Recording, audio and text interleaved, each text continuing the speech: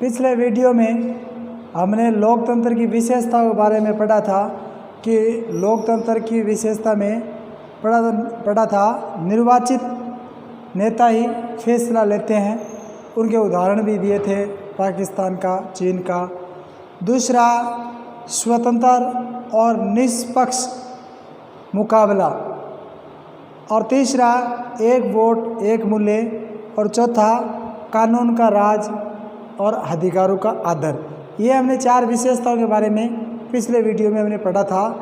आज हमें लोकतंत्र के खिलाफ तर्क देंगे कि यानी लोकतंत्र में कौन कौन सी खामियां हैं या कमियां हैं, उसके बारे में पढ़ेंगे।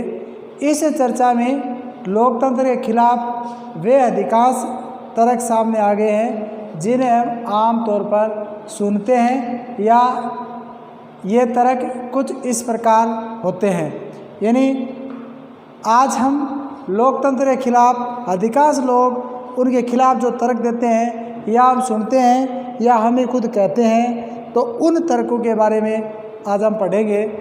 लोकतंत्र में नेता बदलते रहते हैं, इससे अस्थिरता पैदा होती है। यानी लोकतंत्र में हम देखते हैं प्राय सरकार आती रहती है, जाती रहती है। कभी विधायक कोई बन गया, कभी कोई किसी पार्टी बन गया, और ऐसे ही कभी मुख्यमंत्री कोई बन गया, प्रधानमंत्री कोई बन गया, सांसद कोई बन गया। ये नेता आते हैं, जाते हैं, बदलते हैं, और अस्थिरता रहती है, स्थायित्व नहीं रहता है।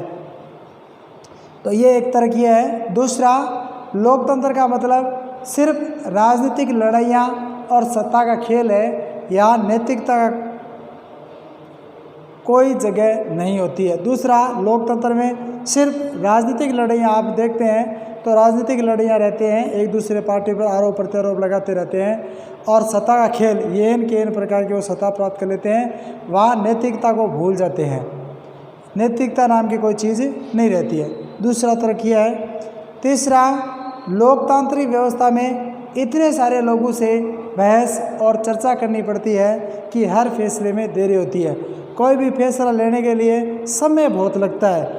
आप भी देखते हैं, कोई नया कानून बनता है या कोई नया निर्णय लेना होता है तो पहले उसकी लोकसभा में, राज्यसभा में उनकी चर्चा होती है, लंबा समय लगता है। इतने में फिर उसी फैसले का कोई औचित्य नहीं रहता है, इतनी उसमें देरी हो जाती है। तो तीसरा तर्क यह है। चौथा, चुने हुए नेताओं को लोगों के हितों का पता नहीं होता है, इसके चलते खराब फैसले भी होते हैं। कभी कभी कि जब चुने हुए नेता होते हैं, यानी लोग क्या चाहते हैं, लोगों की किस में भलाई है, इसका उनको पता नहीं रहता है, इसलिए खराब या घटिया जो फैसले ले लेते हैं जो लोगों के हित में नहीं है। 5वां तर्क है, लोकतंत्र में चुनावी लड़ाइयाँ महत्वपूर्ण है और खर्चीली होती है, इसलिए इसमें भ्रष्टाचार होता है। 5वां ये भी है कि जब चुनाव होता है तो आप देखते हैं कि चुनावी लड़ाइयाँ चलती रहती है, और जब चुनाव करवाते हैं तो उसमें समय भी लगता है और धन भी लगता है। इसलिए लोकतंत्र की जो पद्धति है वो बहुत ही खर्चीली है, और खर्चीली है जहाँ पैसे लगते हैं, खर्चीली है जब खर्च करता है तो किन प्रकार के किसी भ्रष्टाचार करके वो पैसा कमाता है। तो इस प्रकार हम ये कह सकते हैं कि इसमें भ्रष्टाचार पनपता है। 6वां तर्क है, सामान्य लोगों को पता ही नहीं होता है कि उनके लिए क्या चीज़ बुरी है, इसलिए किसी चीज़ का फैसला नहीं करना चाहिए। सामान्यतः लोगों को ये पता नहीं रहता, हर व्यक्ति को, कि कौन सी चीज़ें अच्छी है, कौन सी चीज़ें बुरी हैं। इसलिए जब वो चुनाव आते हैं, जब वोट देते हैं तो वो गलत फैसले लेते हैं या गलत व्यक्ति को चुन लेते हैं। तो ये भी इसमें बुराई है। हमने लोकतंत्र के खिलाफ तर्क दिया, क्यों लोकतंत्र के खिलाफ कुछ और भी बातें हैं। यानी ये जो तर्क दिया, इसके अलावा और ही उसके लोकतंत्र के खिलाफ और कुछ बातें हैं जो आपके मन में रह गई हो, यानी और इसके अलावा भी आपके मन में कोई ऐसा लोकतंत्र के खिलाफ बातें रह गई हो। इनमें से कौन सा तर्क मुख्य रूप से लोकतंत्र पर ही लागू होता है, और इसके अलावा और कौन सा तर्क है जो मुख्य रूप से अपने लोकतंत्र पर लागू होता है। इनमें से कौन सा तर्क किसी भी तरह की सरकार द्वारा सत्ता का दुरुपयोग करने के मामले में लागू नहीं होगा, और ऐसा कौन सा कोई तर्क है जिसके द्वारा सरकार है सत्ता का दुरुपयोग करने के मामले में लागू नहीं होगा। इनमें से किसी तरह से आप सहमत है। निश्चित रूप से लोकतंत्र सभी समस्या को ख़त्म करने वाली जादू की छड़ी नहीं है। लेकिन लोकतंत्र ऐसा नहीं है कि लोकतंत्र इस प्रकार की कोई जितनी भी समस्या हैं उन सब को ख़त्म करने वाली कोई जादू की छड़ी है।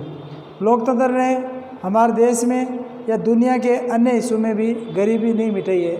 ऐसा भी नहीं है कि जहाँ लोकतांत्रिक शासन व्यवस्था है तो देश या दुनिया में अपने देश में लोकतंत्र है या अन्य देशों में जहाँ लोकतांत्रिक व्यवस्था है वहाँ से जो गरीबी है वो पूर्णतः मिट गई है, ऐसा भी नहीं है। सरकार के स्वरूप के तौर पर लोकतंत्र सिर्फ इस बुनियादी चीज़ को ही देखता है कि लोग अपने बारे में खुद फैसला करें।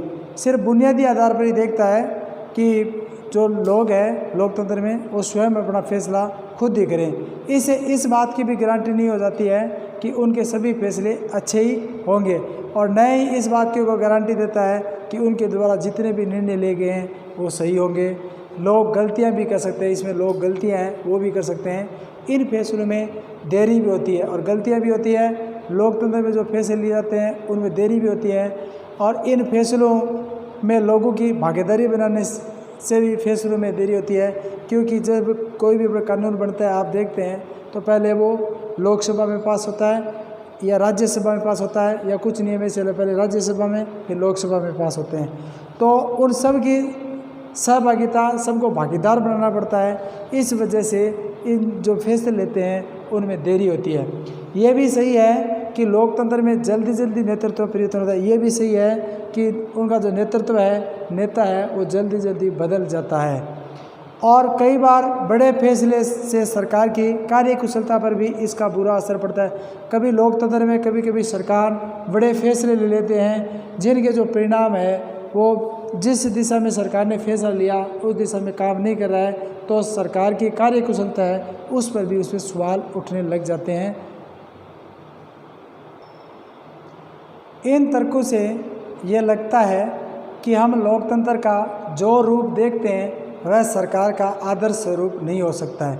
यानी इन तर्कों से हमें ये लगा कि हम लोकतांत्रिक व्यवस्थाओं का जो ताना बाना देखते हैं वो वास्तव में आदर्श स्वरूप नहीं है। पर वास्तविक जीवन में हमारे सामने ये सवाल ही नहीं होता है, वहाँ सवाल ये होता है क्या हमारे पास सरकार के स्वरूपों के जो विकल्प उपलब्ध है उनमें लोकतंत्र किसी भी दूसरे से बेहतर है। ये दूसरा हमें यह है कि हम ये इन तर्क देने के बाद में पाते हैं कि वास्तव में लोकतंत्र है वो आदर्श स्वरूप नहीं है। लेकिन इसके बाद में भी हमारे ये सवाल उठता है क्या इससे कोई बेहतर दूसरी शासन पद्धति है? तो ऐसा है कि इस प्रकार की बेहतर दूसरी शासन व्यवस्था नहीं है, इसलिए हम लोकतंत्र को अपनाते हैं।